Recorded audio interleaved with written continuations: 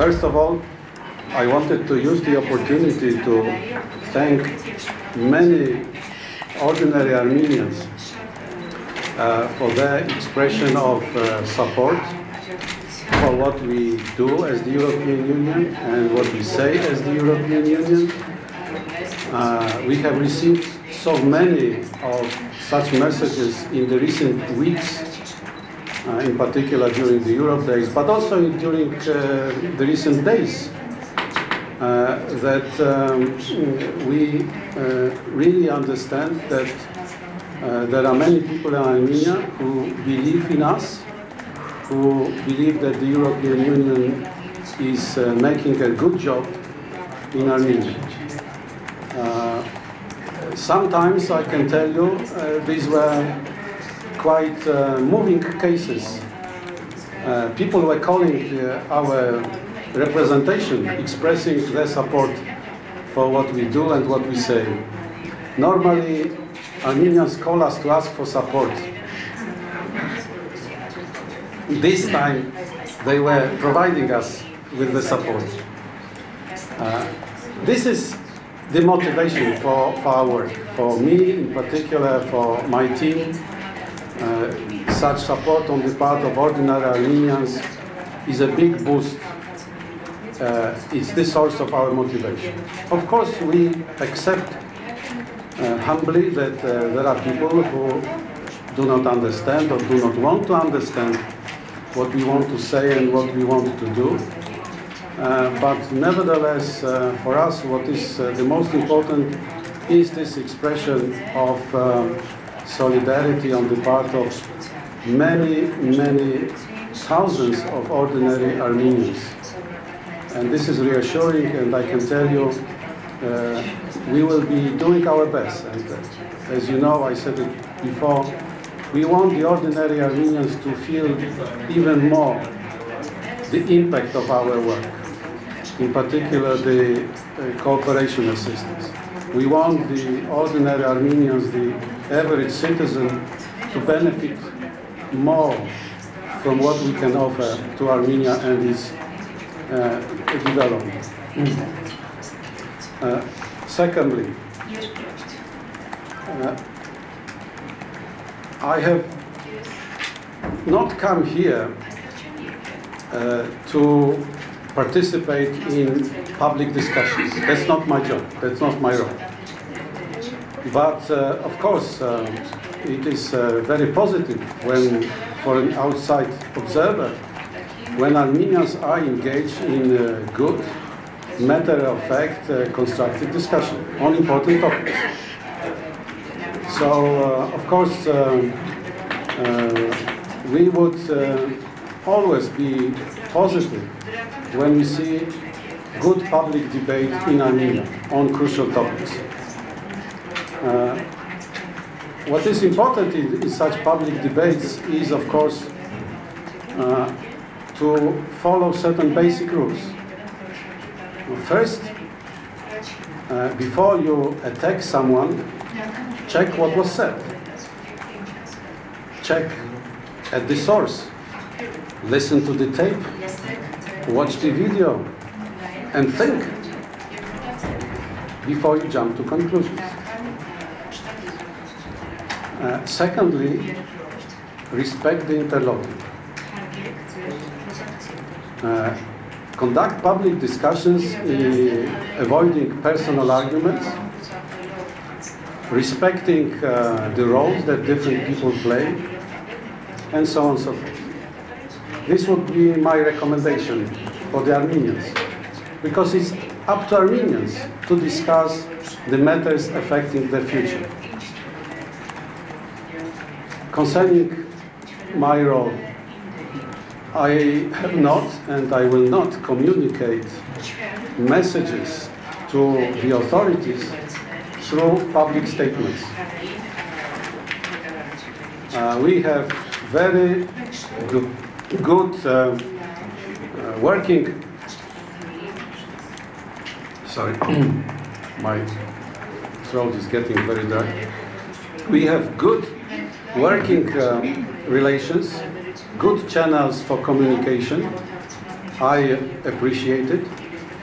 I am, in professional terms, a satisfied diplomat because I can engage myself into a very direct, sincere, and candid dialogue with the authorities, but also with other stakeholders. I don't need public statements to communicate messages, and I will not do it. Public statements are to inform the public opinion, the society at large, about what we do and what we think as the European Union. And that's the role of public statements.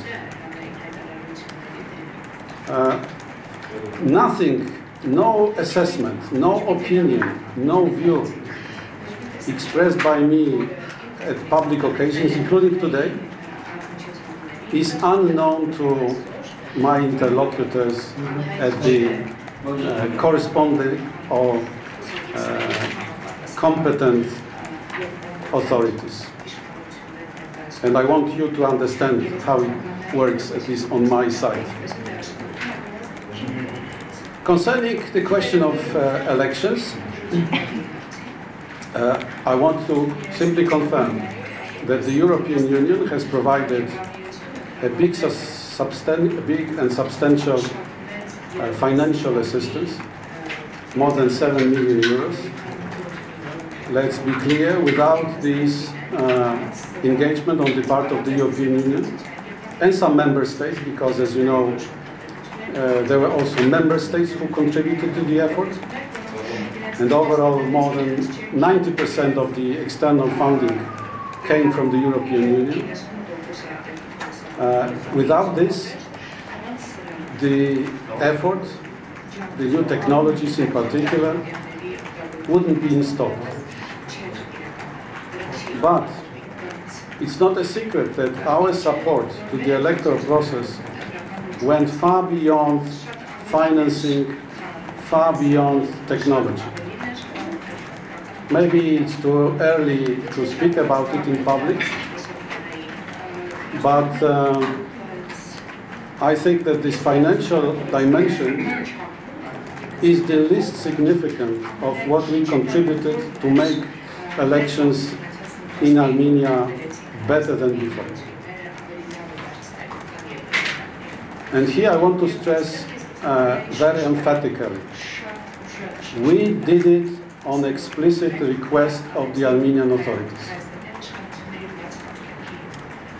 We never tried to impose ourselves.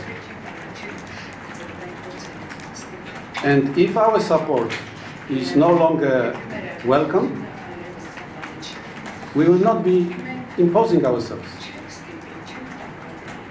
We believe that what we have done was good for Armenia, that because of our support, some improvements became possible and they are evident. Nobody, even people very frustrated with the outcome of the elections, can deny the positive impact of the new technologies. And there are plenty of, let's say, frustrated politicians or other figures. But so far I haven't heard that what we did was not good. Quite the contrary. So we are ready to continue our support, but if there are misgivings, if there are opinions that this is not, welcome, we respect very much the sovereign choices of Armenians. Nothing against your will, dear friends, nothing. But you ask a general question, okay, so, by the way, what you referred to as the conference, the Council of Europe conference financed by the European Union, it was not about assessing the elections. It was about looking into the future. It was about identifying challenges which will have to be tackled. But I can confirm here what I said before, that nothing what I said and those of you who were there were able to, could now even confirm that it was done in a friendly and constructive spirit, but nothing what was said was not contained in previous statements, in working communications, in official evaluation of the observers, including the European Parliament observers. Good. Now the general question, how we work here. There are issues where we, as the European Union, we not only have the right, but we also have the duty to speak up. But we always do it because our Armenian partners accepted certain arrangements for our engagement. Some of the issues that even today I wanted to discuss with you, like the fight against corruption, other issues, as you know, they stem from the financing agreements concluded between Armenia and the European Union. What it means? When you have a contractual arrangement between the two sides, for instance, to establish an anti-corruption independent agency, it's not only our right as a contractual party to this financing agreement to speak about it. It's my duty. It simply works like this. A number of these issues relating to the fight against corruption, relating to human rights, relating to the rule of law, they simply are based on the fact that between the European Union and Armenia, there are these financing agreements. These financing agreements are not imposed. They are negotiated and agreed through a sovereign will of both sides. But once they are agreed, it means that sometimes very detailed issues, be it anti-corruption agency or being whistleblower law, becomes our duty to have an opinion and to share it. I want to tell you that quite soon there will be another monitoring mission coming to verify how Armenia has complied with its obligations under the financing agreement relating to justice and public administration. They will be examining the 3 laws adopted a few days ago even by the Armenian Parliament.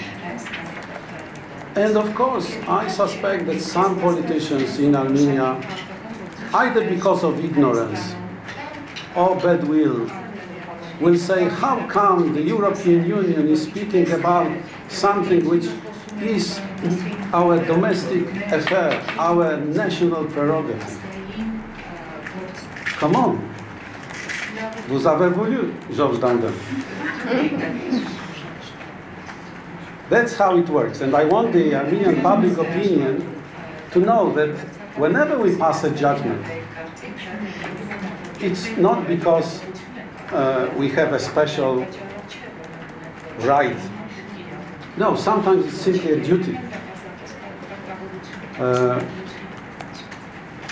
I will send a letter a few days ago, another letter to the Minister of Economy, inviting Armenian authorities to publish these financing agreements so that Armenians know why we have to speak in Armenian. And that's, I think, a fair approach on the part of the European Union. But believe me, and I come from a country which is very sensitive to the issues of sovereignty. and non-interference. We live in an interconnected world. We must accept that there are mechanisms, conventions, treaties, working arrangements which give others the possibility to express their opinion about what is happening in this or that country. That's part of our today's world. Globalized work, networked world works like this. And I'm very glad that so many ordinary Armenians, without my lectures and educational effort, they perfectly understand this. And I'm not surprised because, as I said, Armenians, because of diaspora, because of their cosmopolitan outlook, they perfectly understand this, that the threats to sovereignty, threats to the non-interference lie somewhere else and not in our friendly support.